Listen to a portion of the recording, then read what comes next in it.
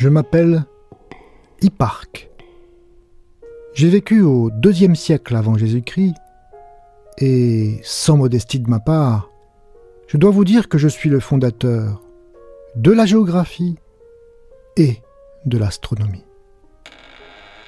J'ai écrit au moins 14 livres, mais malheureusement, presque tous ont disparu. On me doit le premier catalogue d'étoiles, la création de la trigonométrie, l'invention de l'astrolabe. Heureusement, mon génial successeur, Ptolémée, 3 siècles plus tard, s'est largement inspiré de mes travaux, au point que les historiens ont parfois du mal à faire la part des choses entre ses contributions et les miennes. Son traité, l'Almageste, est le premier traité d'astronomie scientifique. Son livre, La géographie, contient la première carte du monde connue à l'époque.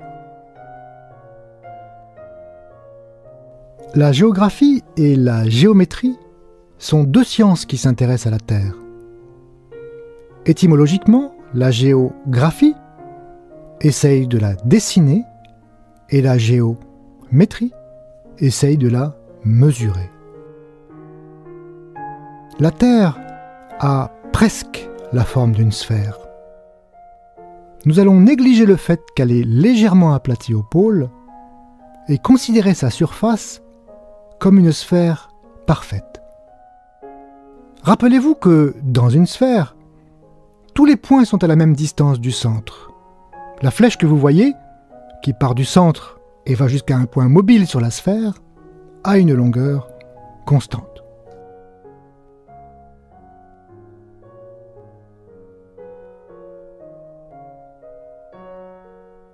Choisissons un axe pour la sphère. C'est une droite qui passe par le centre. Si l'on coupe la sphère par un plan qui contient cet axe, la découpe se fait sur un grand cercle, qui, lui-même, décompose la sphère en 2 hémisphères.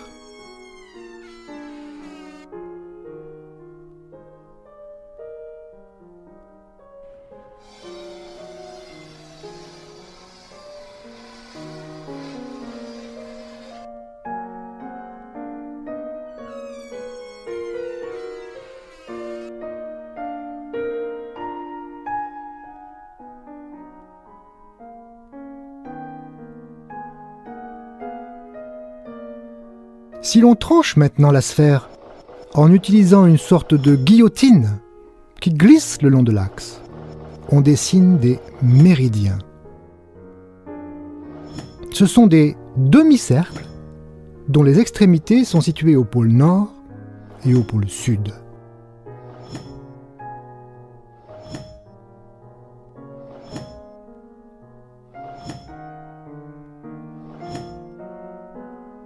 Maintenant, si l'on tranche la sphère par un plan perpendiculaire à l'axe, on définit des cercles qu'on appelle des parallèles.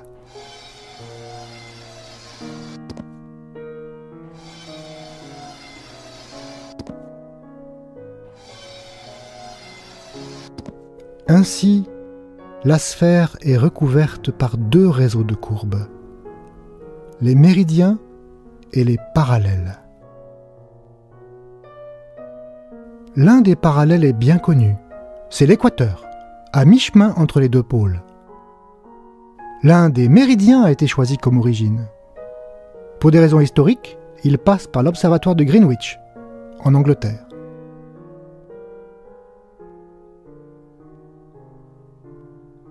Pour décrire la position d'un point sur la Terre, on peut se placer à l'intersection de l'équateur et du méridien de Greenwich et suivre l'équateur pendant une certaine distance, mesurée par un angle, représenté ici en rouge, la longitude.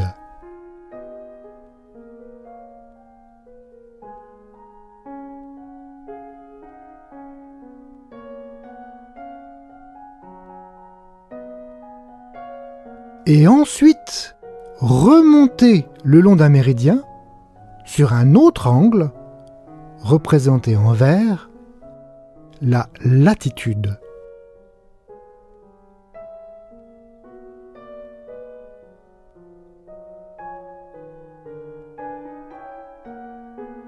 Jusqu'à atteindre la destination souhaitée. Chaque lieu sur la Terre est donc parfaitement déterminé par la donnée de deux nombres, sa longitude et sa latitude. Puisqu'il faut deux nombres pour décrire un lieu sur la Terre, on dit que la sphère est de dimension 2. Et les mathématiciens l'appellent souvent S2.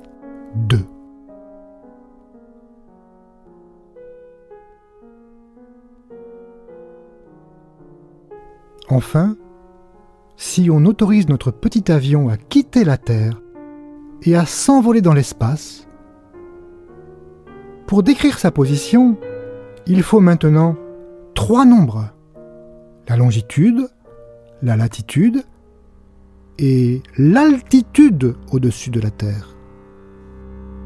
Puisqu'il faut trois nombres pour se repérer dans l'espace, on dit que l'espace est de dimension 3.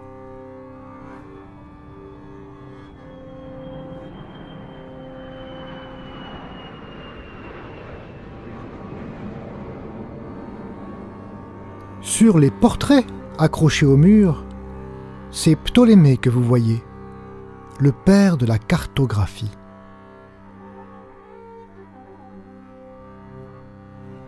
Comment dessiner la Terre ?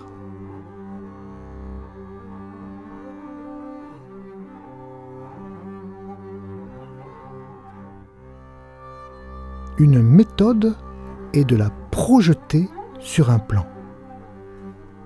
Choisissons une ville sur la Terre, par exemple Dakar. On peut tracer la droite qui passe par le pôle Nord et par cette ville. Cette droite va couper le plan de la table en un autre point qu'on appelle sa projection. Ainsi, chaque lieu sur la Terre peut être projeté sur le plan de la table. Plus notre ville est proche du pôle Nord, plus elle se retrouve envoyée loin dans le plan. Elle peut même sortir de la table. C'est pour cela que l'on dit que le pôle Nord n'a pas de projection, ou plutôt que sa projection est à l'infini. Toute la Terre, à l'exception du pôle Nord, peut donc être représentée sur le plan de la table. Cette carte du monde s'appelle la projection stéréographique.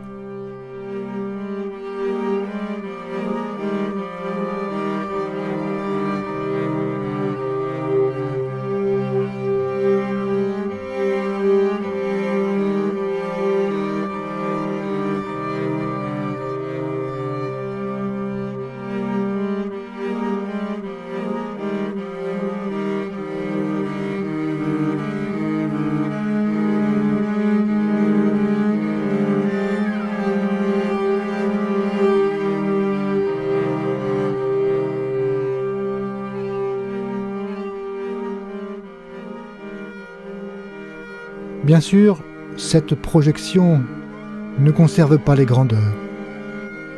L'Amérique du Sud, par exemple, paraît bien minuscule par rapport à l'Amérique du Nord.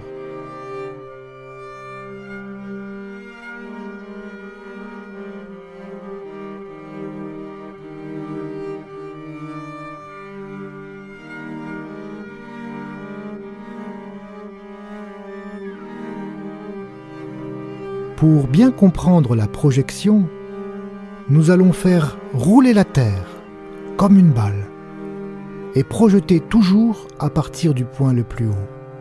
Dans la danse des continents, chacun devient tour à tour grand, puis petit. Mais si l'on y regarde de plus près, on voit que la forme est respectée, même si les longueurs ne le sont pas. On dit pour cela que la projection stéréographique est conforme. Que deviennent les méridiens et les parallèles dans la projection ?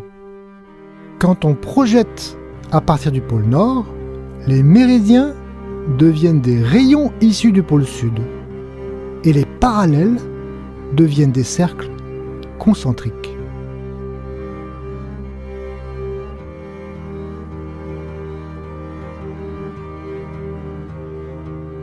Et si la Terre tourne, vous voyez que les méridiens comme les parallèles se projettent encore sur des cercles ou des droites. La projection stéréographique transforme les cercles tracés sur la sphère en des cercles tracés sur le plan. À l'exception bien sûr des cercles qui passent par le pôle de projection, qui eux sont projetés en des droites dans le plan.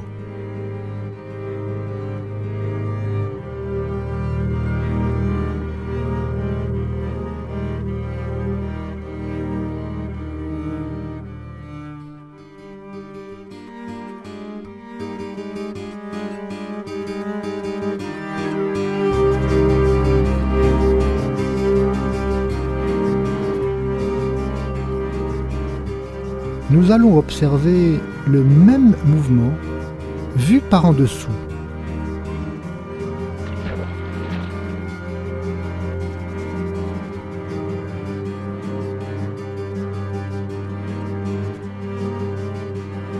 On voit ainsi les méridiens et les parallèles qui forment deux faisceaux de cercles. Les points où convergent tous les méridiens sont bien sûr le pôle nord et le pôle sud.